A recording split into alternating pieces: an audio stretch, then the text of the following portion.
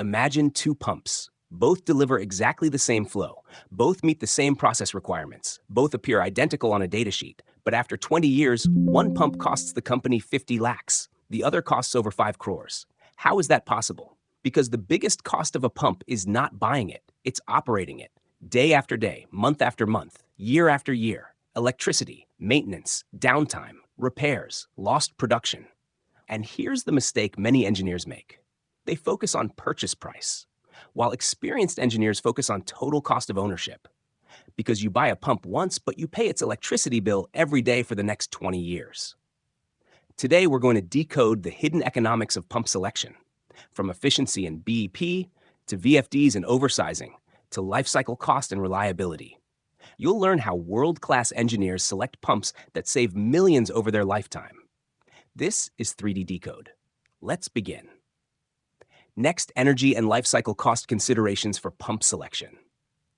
When most people select a pump, they start by looking at the purchase price. And that's understandable, because the purchase price is visible. But the real costs are hidden. A pump may cost a few lakhs to purchase, yet consume crores worth of electricity during its service life. Think about it.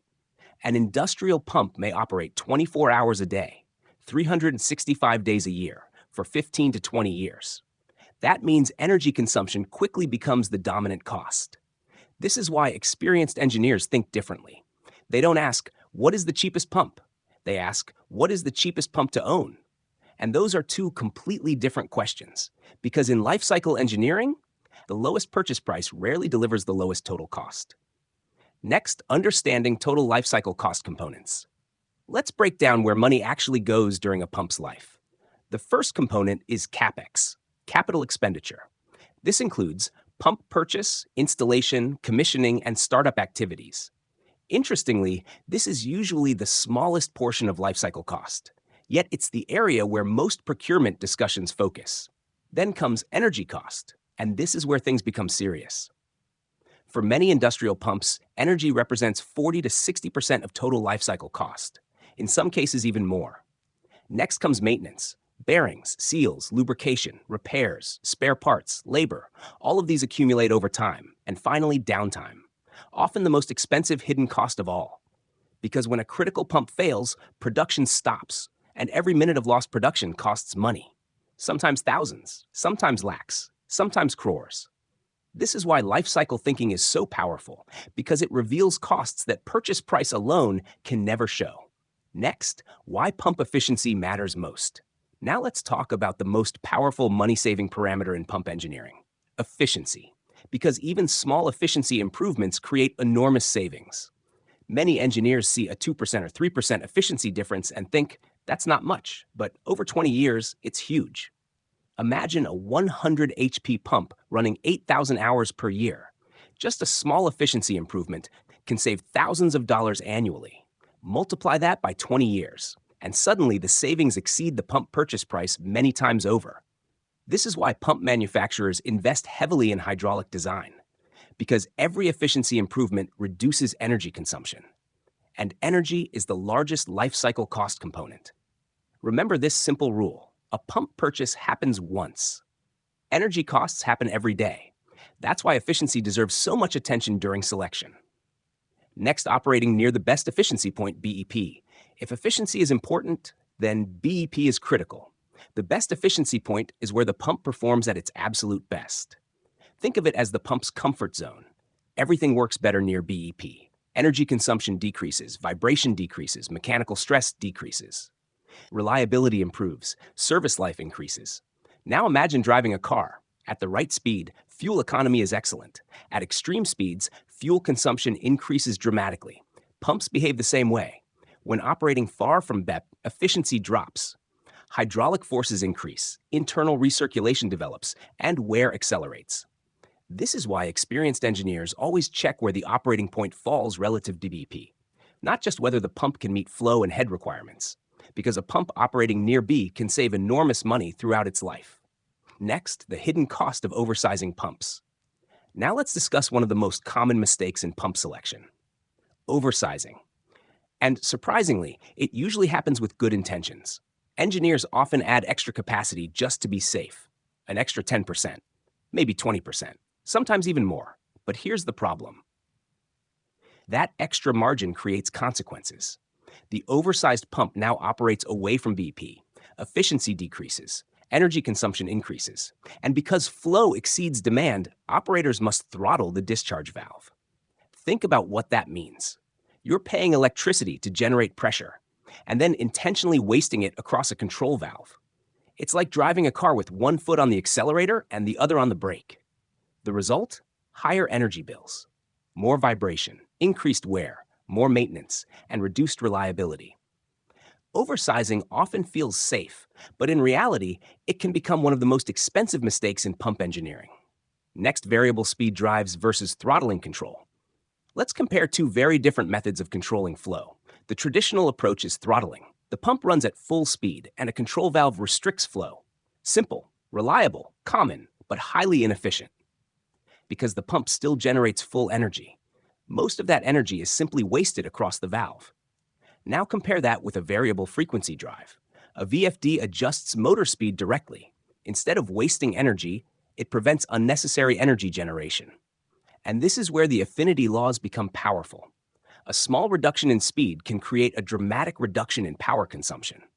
For example, a 20% speed reduction can reduce power demand by roughly 50%. Think about that. Half the energy. For many applications, the VFD pays for itself within a few years, sometimes even faster. This is why VFDs have become one of the most effective energy-saving technologies in modern pump systems. Next, consider the real operating profile.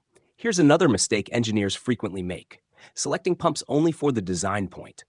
But pumps rarely operate at one condition forever. Real plants change, demand changes, production changes. Operating conditions change. Some pumps run continuously, others operate intermittently. Some spend most of their life at part load. Others experience frequent demand fluctuations.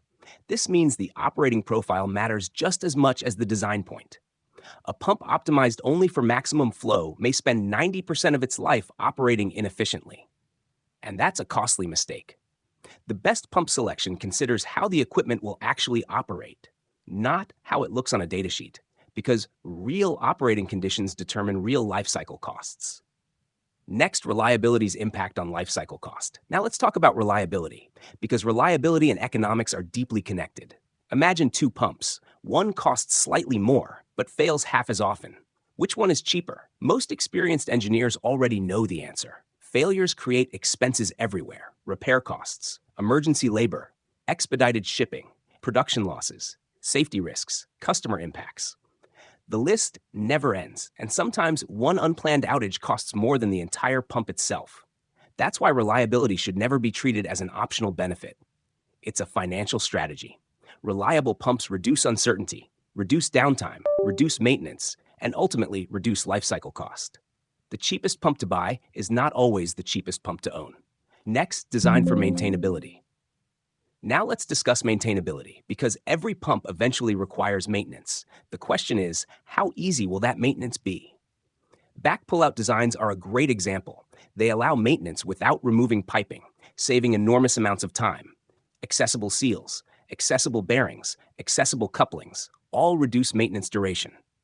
Then comes spare parts strategy. Standard components are easier to source, less expensive to stock, and faster to replace. Interchangeability creates even more benefits. When multiple pumps share common components, inventory costs decrease, maintenance becomes simpler, repairs become faster. Good maintainability doesn't just reduce repair costs, it reduces downtime, and downtime is often the most expensive cost of all. Next, material selection and long-term value. Let's talk about materials. Because material selection often creates intense debates during projects. Carbon steel costs less. Duplex stainless steel costs more. Special alloys cost even more. At first glance, the cheaper option looks attractive. But lifecycle economics tells a different story. Better materials resist corrosion, reduce erosion, maintain hydraulic efficiency longer, require fewer repairs, and last significantly longer. In aggressive services, the additional investment may pay back within just a few years. This is why experienced engineers evaluate service conditions carefully, because the right material can dramatically reduce lifecycle cost, and the wrong material can create endless maintenance problems. Next, energy optimization strategies. Now let's look at practical strategies for reducing energy consumption. First, match the system curve properly. The operating point should fall near beep. Second, minimize unnecessary head margin. Extra head usually becomes wasted energy. Third, consider high-efficiency impellers. Small efficiency improvements create large long-term savings. Fourth, evaluate multiple pump strategies. Instead of one large pump, multiple smaller pumps may maintain higher efficiency across varying demand. And finally, monitor performance continuously. Flow, pressure, power consumption, efficiency trends. Because optimization isn't a one-time activity. It's a continuous process throughout the pump's life. Next, when turbine drives make economic sense.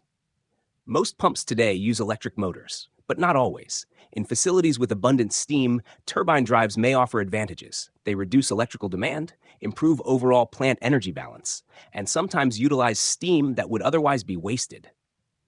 But turbine drives also introduce complexity, higher maintenance, more components, additional operating considerations, which means the decision must be based on economics, not preference. The best solution depends on steam availability, electricity cost, maintenance capability, and overall plant integration. Just because turbines are available doesn't mean they're economical. The numbers must justify the decision. Next, common pump selection mistakes to avoid. Let's review the mistakes engineers repeatedly make. Choosing the lowest purchase price, ignoring the operating profile, oversizing for safety, neglecting efficiency curves, overlooking maintenance requirements. Every one of these mistakes creates long-term costs. And here's the interesting part. Most of them originate from focusing too much on CapEx instead of lifecycle economics. Great pump selection is not about buying equipment. It's about managing costs over decades of operation. And that's a completely different mindset. Next, interview preparation. Key questions and answers. Let's reinforce the most important interview concepts. What is usually the largest lifecycle cost component? Energy consumption. Why is BEP important? Maximum efficiency, lower vibration, longer equipment life.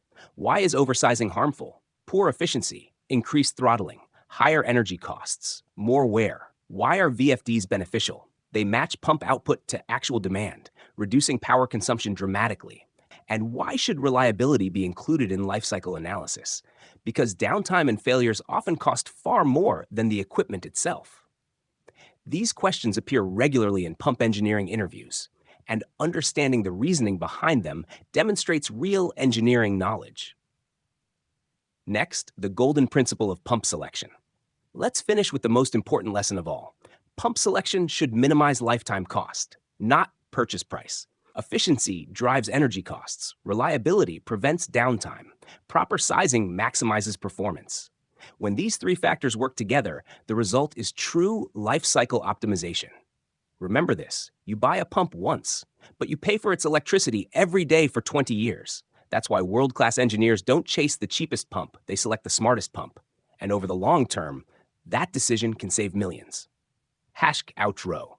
So that's how energy consumption, reliability, maintainability, and life cycle economics influence modern pump selection. Because the most expensive pump is often not the one you buy, it's the one you operate inefficiently for the next 20 years. If you enjoyed this engineering breakdown, make sure to like, subscribe, and share with fellow engineers. And tell us in the comments, which topic should 3D decode next? Pump curves? BEP and hydraulic forces? VFD applications? Pump reliability engineering? Or complete life cycle cost analysis? I'm Master X, and this is 3D Decode. See you in the next engineering breakdown.